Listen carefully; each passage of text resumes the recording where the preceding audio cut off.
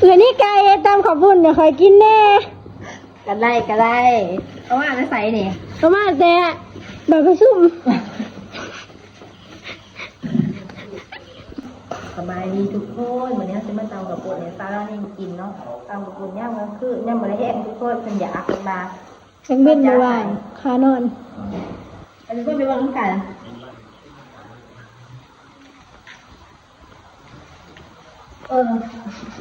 อันนั้นคอยรู้ว่าที่คลิปอย่างทุกคนมาค่ะขอเหตุบอกต่อ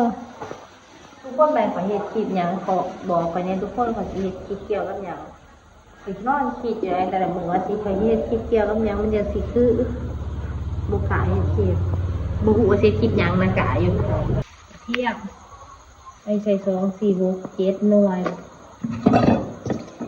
สีแข็งนะสีแข็งนะสีแข็งไป3 มือด้วยเป็ดนวดฮะนะ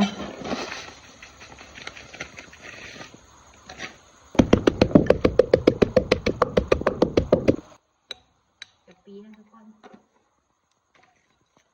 ตามตัว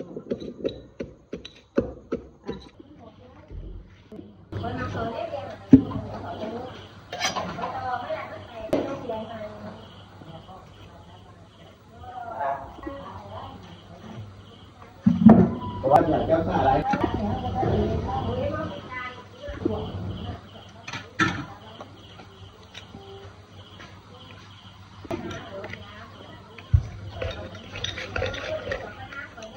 เรท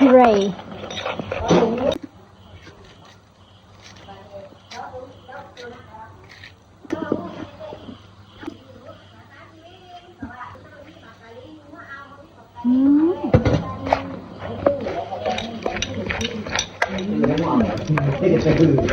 เลือกใครดีกว่านี้ออกแบบได้ดี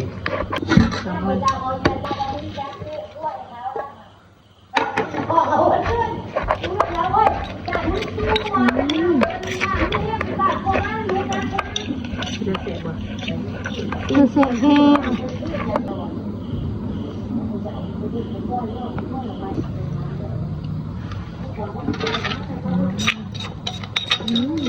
กินเลยว่าเขาให้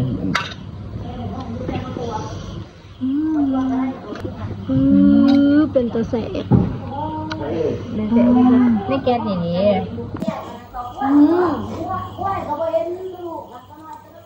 อร่อยอร่อ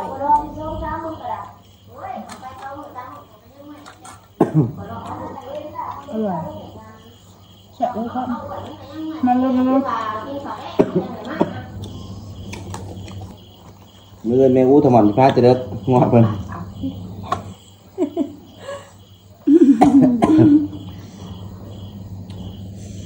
เดี๋ยวคิดซะพอได้ค่ะแบบว่าจะปะไปหากันหอย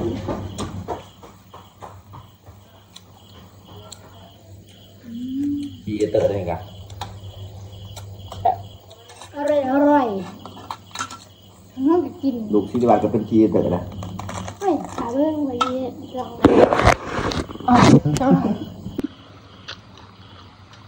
แฉะบ่เนี่ย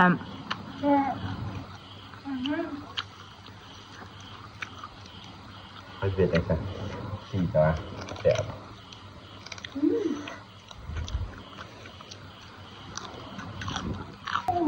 เป็นคนดีเองนะพี่น้องแฉะแห้งพี่น้องเอ้ยแฉะบ่เหียนแฉะบ่สตุกเอามากินแล้วเนาะทุกคน